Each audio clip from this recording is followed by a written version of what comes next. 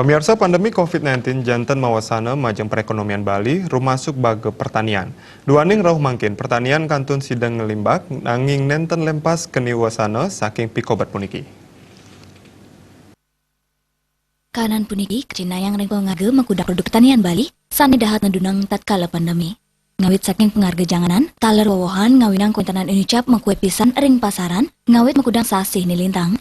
Pikebet puniki kepangge sangkaning kirangnyane pabuat saking pariwisata, taler tedunyane daya beli kamu mawinan ake sane nenten makarya. Guru Besar Agrobisnis Universitas Udayana, Profesor Made Antara Mausang, pertanian janten mempakaikan langsung sareng widang pariwisata, merupa pasokan produk-produk pertanian, antuk hotel, miwa restoran, ringgena destinasi wisata.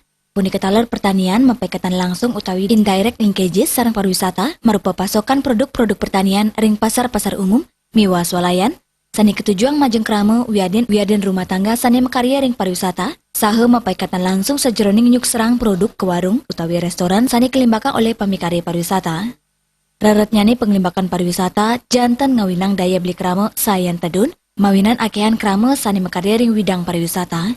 Nanging manut Profesor Antara, tamian kahanan inucap wantah mamargi aja bos, anutin pengelimbakan pemulihan utawi recovery pariwisata.